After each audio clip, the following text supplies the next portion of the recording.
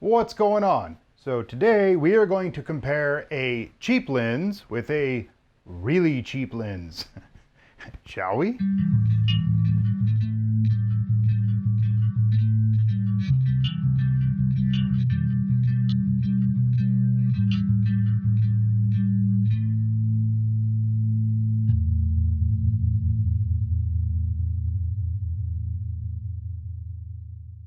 So being as neither of these lenses are autofocus in any way, shape, or form, they are full on 100% manual, you would never use these in videos.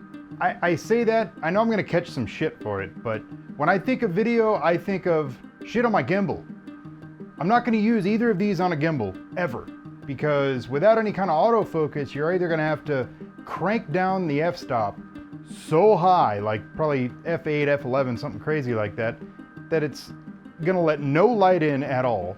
Yeah, everything will be in focus, but I mean, at that point, you might as well just use your damn cell phone. If you're outside, yeah, you can probably get away with it. And there are times when, sure, you can do that, but generally speaking, no. You need autofocus to use this. So for photography, which one's better? You know, I really wonder, because this one was like 70 bucks, I think, something like this. I think this one was like 30 or 25 or something stupid.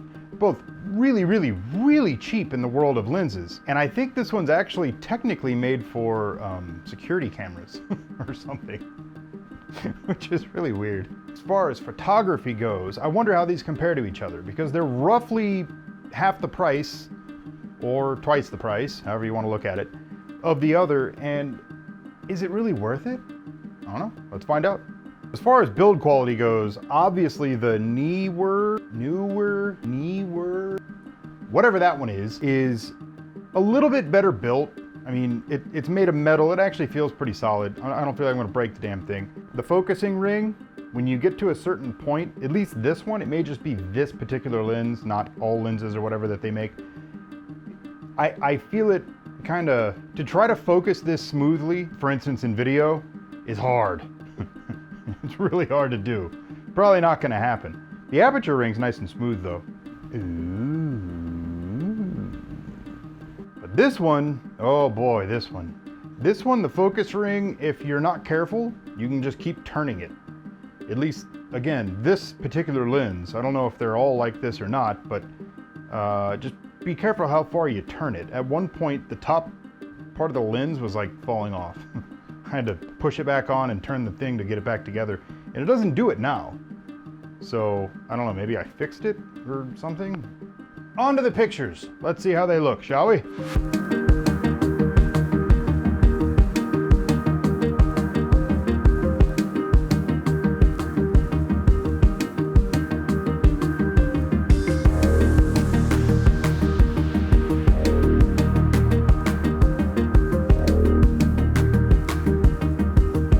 Alrighty, so I just got done shooting the pictures with the Neewer, whatever, and the little cheap Fotasy lens. The goal, 2 pictures. One, wide open, f1.7.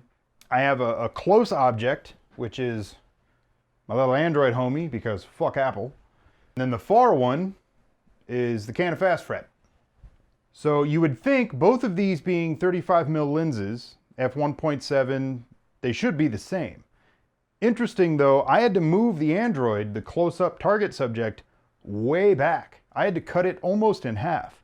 With this lens, I could get the Android about maybe a foot from the lens, and then maybe 8 inches behind the Android was the Canon Fast Fret. With this lens, I actually had to move the Android back about 3 inches. I had to kind of cut it in half, almost. Kind of interesting. I don't expect this to be, you know, taken as the holy grail of camera tests or whatever. It's meant for people that are looking at these 2 lenses for photography that are like, is it worth twice the cost? Now, I got this off of eBay and paid even less than that. I only paid 60 bucks or 70 bucks or something like that. This is 27 or so. I'll have links to all this shit in the description. I don't remember exact prices, 27 bucks, something like that. So if you can find it used, they're roughly double. If you can't find this one used, I think it's 100 bucks. Now, that being said, is it worth that over this? One thing I found really interesting after looking at the pictures, I had to push the Android way back for this lens. That's kind of interesting because they're both 35mm lenses. Minimum focus range is not going to be very far with this. So if you plan on doing anything even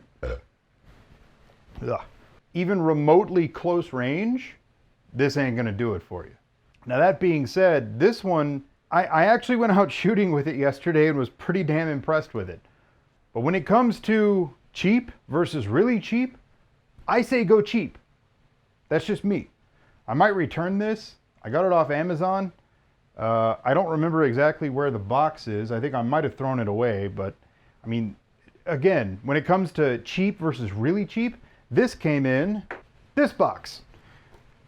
And it was wrapped up in a plastic bag, and it came with some documentation, and another little carry bag kind of thing, and a nice little wipey, clothy sort of thing, and the box itself was kind of, you know, to hold the damn thing together. It was actually nice. This little lens came, no joke, in a little plastic bag in a unmarked white box that was about this big. I don't know how the hell it made it here. I'm amazed the thing didn't get broken. It did come in the obligatory giant Amazon box, but still, it's like, man, what the hell, you guys couldn't have padded it a little? Shit. Point being, everything about this lens is better. It's not a whole lot more money. Go for it. It's worth it. It takes pretty good pictures, like this. This. And this. And that. Not a bad lens overall. Pretty good. I like it so far. So yeah, if you guys have any questions or concerns or whatever, I've never done a lens review before, so I'm sure I missed tons of shit. It was kind of sort of clunky. Please, please, please, let me know what you want to see. If you have any questions, concerns, comments, criticisms, whatever, let me know. Be sure to like, share, subscribe, all that happy horse shit. Later.